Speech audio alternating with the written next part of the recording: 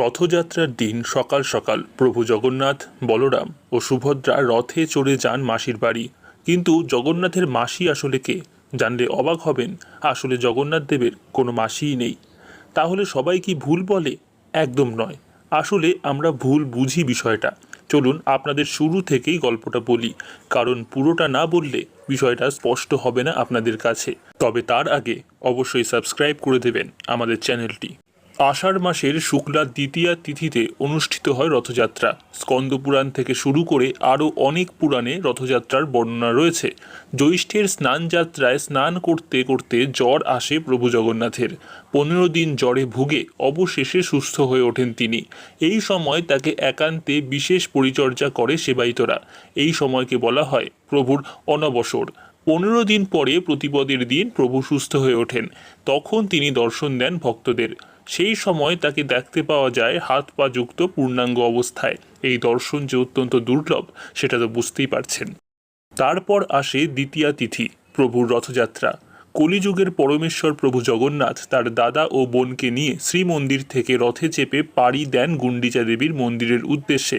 স্থানীয় কথায় যাকে বলা হয় মাসির বাড়ি। কিন্তু এখানে মাসি মানে মায়ের বোন নয়, এখানে মাসি বলতে বোঝানো হচ্ছে পৌর্ণমাসীকে। এখন প্রশ্ন হচ্ছে, কে এই পৌর্ণমাসী? পৌর্ণমাসী হলেন বৃন্দাবনের এক অন্যতমা চরিত্র। তিনি বৃন্দাবনের এক বয়োজ্যেষ্ঠা মহিলা, যাকে সমস্ত ব্রজবাসী অত্যন্ত মান্য করেন। এই পৌর্ণমাসীর সাহায্যেই শ্রীকৃষ্ণ গোপনে মিলিত হতেন রাধারানীর সাথে। তার সহায়তায় পূর্ণতা পেত রাধাকৃষ্ণের বৃন্দাবন লীলা। অন্য গোপিনীরাও যোগ দিতেন এই লীলায়। সকলে ভেসে যেতেন প্রেম সাগরে। কলিকালে ভগবান শ্রীকৃষ্ণই হলেন কল্পতরু জগন্নাথ। তার দেহের অংশ এখনও প্রথিত রয়েছে তার মধ্যে। তাহলে তার প্রাণের থেকেও প্রিয় গোপিনীরা কলিকালে কেন বঞ্চিত হবেন তার সঙ্গ থেকে? তাই গোপিনীদের মনোবাঞ্ছা পূর্ণ করতে এই 7 দিন বৃন্দাবন ধাম লীলা দেখান প্রভু জগন্নাথ। কিন্তু বৃন্দাবন লীলা বললেও আসলে কিন্তু বৃন্দাবনে গমন করেন না প্রভু। তিনি আসলে গমন করেন পৌর্ণমাসীর গৃহে, যাকে চলতি কথায় বলা হয় মাসির বাড়ি। প্রভু জগন্নাথের মন্দিরের অবস্থান ভেদে পাল্টে যায় এই মাসির বাড়ি।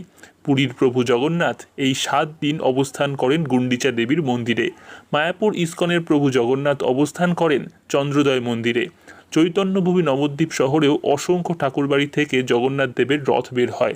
সন্ধ্যাবেলায় সেগুলি অবস্থান করে শহরের প্রাণকেন্দ্র পোড়ামাতলায়।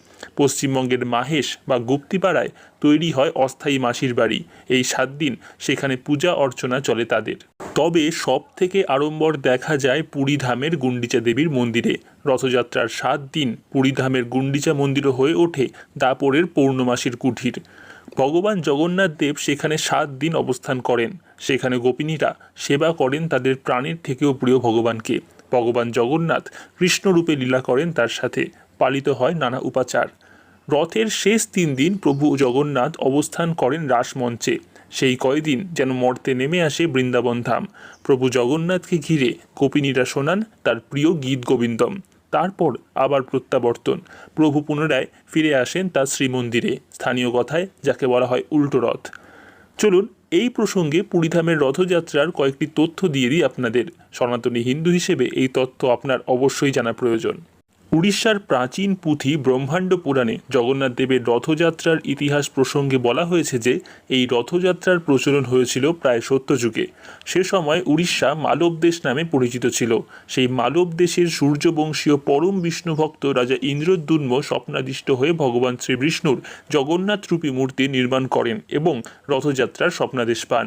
পরবর্তীতে তার হাত ধরেই পুরীতে জগন্নাথ মন্দির নির্মাণ ও রথযাত্রার প্রচলন শুরু হয়। স্কন্দ পুরাণে সরাসরি জগন্নাথ দেবের রথযাত্রার কথা পাওয়া যায়। সেখানে পুরুষোত্তম ক্ষেত্র মাহাত্ম্য কথাটি উল্লেখ করে মহর্ষি জৈমিনী রথের আকার, সাজসজ্জা এবং পরিমাপ বর্ণনা দিয়েছেন। পুরুষোত্তম ক্ষেত্র বা শ্রীক্ষেত্র বলতে আসলে পুরীকেই বোঝায়। পুরীতেই যেহেতু জগন্নাথ দেবের মন্দির স্থাপিত, তাই এই মন্দিরকে পবিত্রতম স্থান বলে মনে করা হয় এবং এর অন্যতম আকর্ষণ রথযাত্রা। প্রতি বছর রথযাত্রার উদ্বোধন করেন সেখানকার রাজা। রাজত্ব না থাকলেও বংশ পরম্পরা ক্রমে পুরীর রাজ পরিবার আজও রয়েছে। এই রাজ পরিবারের নিয়ম অনুযায়ী যিনি রাজা উপাধিপ্রাপ্ত হন তিনি পুরীর রাজা জগন্নাথ, বলরাম ও সুভদ্রা দেবী পরপর 3টি রথের সামনে পুষ্পাঞ্জলি প্রদান করেন এবং সোনার ঝাড়ু ও সুগন্ধি জল দিয়ে রথের সম্মুখভাগ ঝাড় দেন। তারপর পুরীর রথের রশিতে টান পড়ে, শুরু হয় জগন্নাথ দেবের রথযাত্রা। 3জন দেবতার জন্য আলাদা আলাদা 3টি রথ থাকে। রথযাত্রা উৎসবের মূল দর্শনীয় দিকটিও হলো এই রথ 3টি রথযাত্রার কিছু নিয়ম রয়েছে এবং রথের আকার এবং রঙেও ভিন্নতা দেখা যায়। যেমন প্রথমেই যাত্রা শুরু করেন বড় ভাই বলভদ্রের রথ। এই রথের নাম তালধ্বজ। রথটির 14টি চাকা, উচ্চতা 44 ফুট। রথের আবরণের রং নীল। তারপর যাত্রা করে বোন সুভদ্রার রথ। রথের নাম দর্পদলন। উচ্চতা প্রায় 43 ফুট। এই রথের মোট 12টি চাকা। যেহেতু রথটির ধ্বজা বা পতাকায় পদ্মচিহ্ন আঁকা থাকে, তাই রথটিকে পদ্মধ্বজ বলা হয়ে থাকে। রথের আবরণের রং লাল। সর্বশেষে থাকে শ্রীকৃষ্ণ বা জগন্নাথ দেবের রথ। রথটির নাম নন্দীঘোষ। পতাকায় কপিরাজ হনুমানের মূর্তির আঁকা রয়েছে বলে এই রথটির আরেকটি নাম হলো কপিধ্বজ। রথটির উচ্চতা 45 ফুট। এতে 16টি চাকা থাকে। রথটির আবরণের রং হলুদ। 3টি রথের আবরণীর রং আলাদা হলেও প্রতিটি রথের উপরিভাগটি লাল রঙের হয়ে থাকে। রথ 3টি সমুদ্র উপকূলবর্তী জগন্নাথ মন্দির থেকে প্রায় 3 মাইল দূরে গুন্ডিচা মন্দিরের উদ্দেশ্যে যাত্রা শুরু করে। বর্তমানে 3টি রথ ব্যবহৃত হয়, তবে আজ থেকে আনুমানিক 700 বছর পূর্বে রথযাত্রার যাত্রাপথ 2টি ভাগে বিভক্ত ছিল, আর সেই 2টি ভাগে 3টি করে মোট 6টি রথ ব্যবহৃত হতো। কেননা সেই সময় জগন্নাথ মন্দির থেকে গুন্ডিচা আসার পথটি মাঝখান দিয়ে বয়ে যেত এক প্রশস্ত বলাগুন্ডি নালা।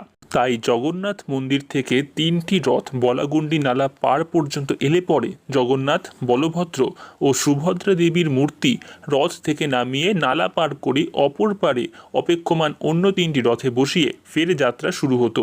1282 খ্রিস্টাব্দে রাজা কেশরী নরসিংহ পুরীর রাজ্যভার গ্রহণ করেন। তার রাজত্বকালেই কোনো এক সময় এই বলাগুন্ডি নালা বুঝিয়ে ফেলা হয়। সেই থেকে পুরীর রথযাত্রায় 3টি রথ। রথের সময় প্রায় 15-20 লক্ষ হিন্দু ধর্মাবলম্বী রথযাত্রায় অংশ নিতে দেশ বিদেশ থেকে ছুটে আসেন পুরীতে। শাস্ত্রে বলা রয়েছে, রথস্থ বামনং দৃষ্টা পুনর্জন্ম ন বিদ্যতে, অর্থাৎ রথের ওপর অধিষ্ঠিত জগন্নাথ দেবকে দর্শন করলে তার পুনর্জন্ম হয় না। তাই রথের দড়ি টানাকেও পুণ্যের কাজ হিসেবে গণ্য করেন ধর্মপ্রাণ হিন্দুরা। ভক্তদের বিবৃতি অনুযায়ী রথের কিছু মজার এবং আশ্চর্য করা তথ্য রয়েছে। যেমন পুরীতে রথের সময় এমন কোনো বছর নেই যে সময় রথের দিন বৃষ্টি হয়নি।